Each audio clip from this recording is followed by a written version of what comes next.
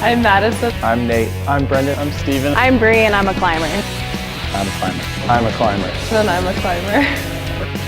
Sorry, I have to edit that part out. Okay, now we're gonna pull this one off. Okay.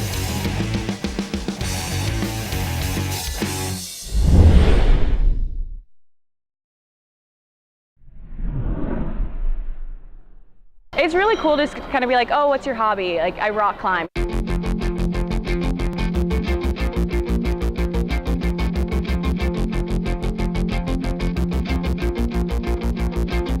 I think it's exhilarating. Like, it shows you, kind of like rappelling right now, it shows you that you're in control, and it just shows you like what expansions the human mind and the human body can go to with such little equipment, and just like what nature has provided around you. And it's exhilarating, it's confidence building, and it's fun. It's just a different experience. Can't really get it from anything else.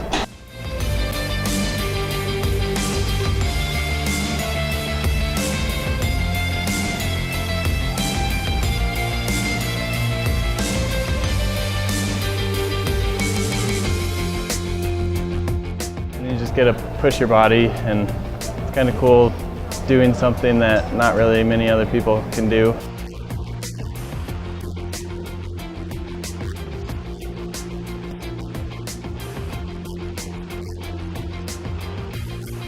My older brothers were really good, and then so I wanted to be good because I'm pretty competitive. And then, yeah, so just we've done it ever since I was born. There's like a little YMCA program, and I started doing it with just like a couple of my friends, and we would go every afternoon and just like rock climb at the wall. Where I grew up, there's a lot of outdoor places, so it was just kind of like ingrained to like go on a hike and then go climbing. It's my favorite thing to do. It totally has consumed my life, and obviously I've made it my job in addition to my hobby, so I love it. I really think you have to look at rock climbing as just a passion and something you do for fun. I think a lot of people love just like the thrill and kind of adventure of climbing.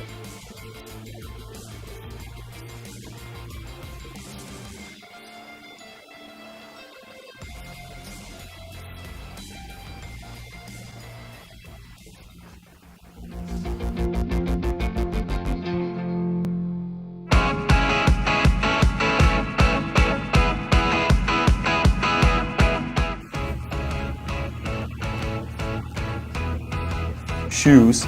The shoes. You can't climb without rock climbing shoes. It's very difficult. I mean, those are crucial. If you're going to climb harder stuff, you got to keep your toes like locked in there. So shoes are important. If you do top rope, then you're going to need a harness and other equipment. You have to have a harness and rope. That's what catches you. And then carabiners, for your harness and rope, just kind of set it up and make it run smoothly. There's really no way to train for climbing other than to just climb.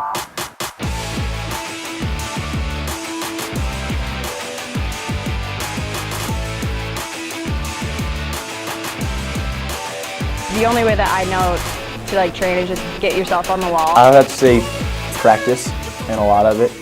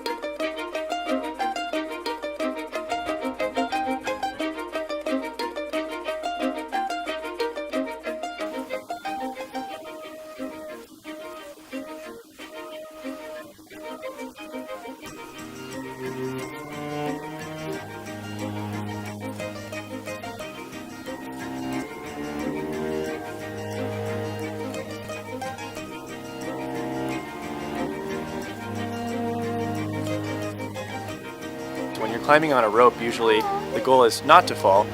In bouldering, 99% of it is falling. So you always have that opportunity to really exert yourself to your physical maximum, which I think is cool too. It's just not as high, so it's like 15 feet, and you don't have a rope or anything, you just kind of climb to get on top of the little boulder. My favorite place to boulder in the Fort Collins area, at least, is at Laurie State Park, right beneath Arthur's Rock. There's a whole handful of really cool granite boulders, and really nice, scenic, wooded environment, great place to climb.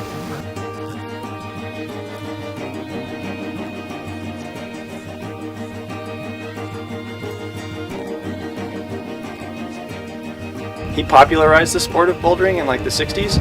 Prior to that, people saw it as kind of like a diversion in between mountain climbs, like something more impressive, but he popularized the idea of doing really hard, small things. And one of the things he would do is mark his favorite problems with arrows so that he could tell, I guess so he could tell his friends about them and they could come find them or something. And a lot of those arrows still exist out here, so it's kind of cool. It's like a little piece of Front Range history.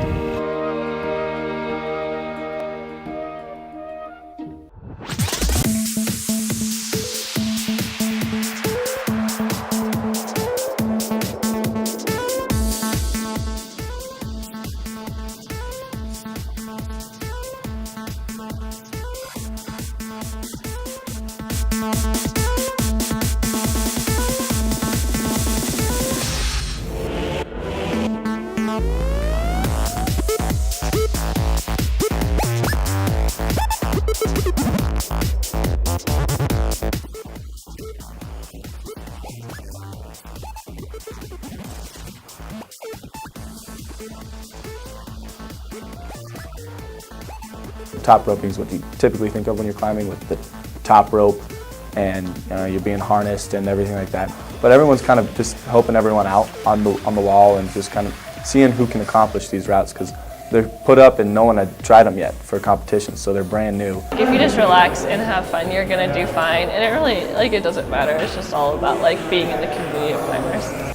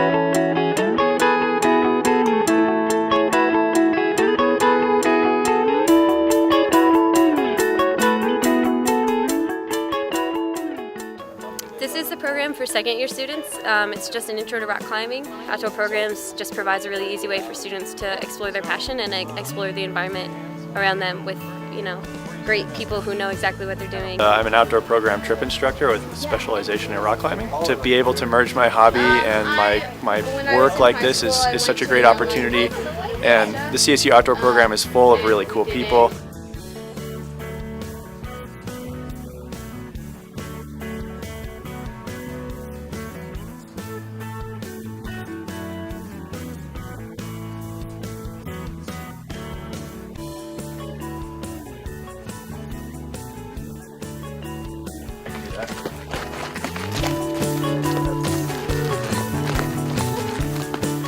Cool, so the moral of the story here is that there are multiple pieces that are supporting the same rope, so that's good, because if one of them fails, then the other two are still there to back it up. And then the other important part is that they share the load equally, so when Noah pulls on it in the direction that you'll be climbing, all of these strands have tension in them. So those are probably the two most important parts of building an anchor. This part is the belay device. This part's the carabiner or the clip. It comes in two parts, and you get one per partnership, because only one of you will be belaying at a time. Just good communication is what's good, you know. Just as long as, check your partner's knot, check their belay device, make sure that their carabiner is locked down. That's a big one that people forget a lot. So just, look out for each other and watch, make sure that you're all being safe. As long as it's safe, follow your heart.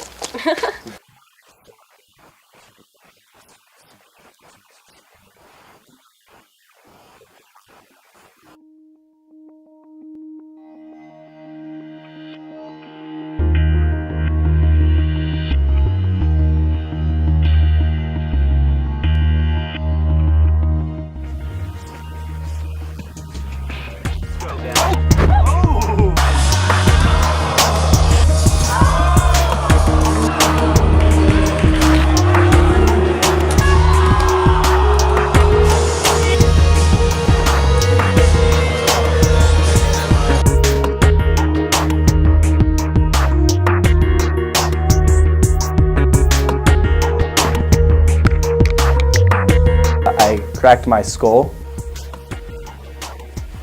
I've been suffering from tendonitis in my elbows.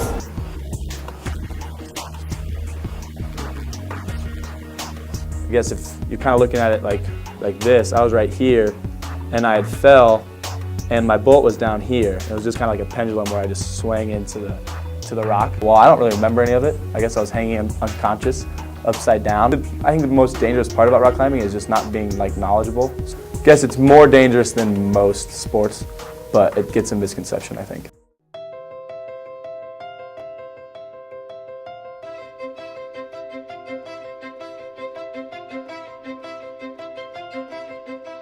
I think that rock climbing is it's a very fearless sport, and I think what's unique about it is just the fact that we're doing something that a lot of people don't even fathom you doing.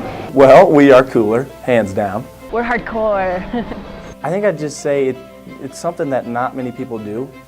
They're more, I think, adventurous, and they're like more, I think you find a lot more extroverts that are climbers, just willing to go do something. Just being able to push my body and being able to get up a problem that's really hard, and then the accomplishment of that, and just being able to do something that not very many other people can do.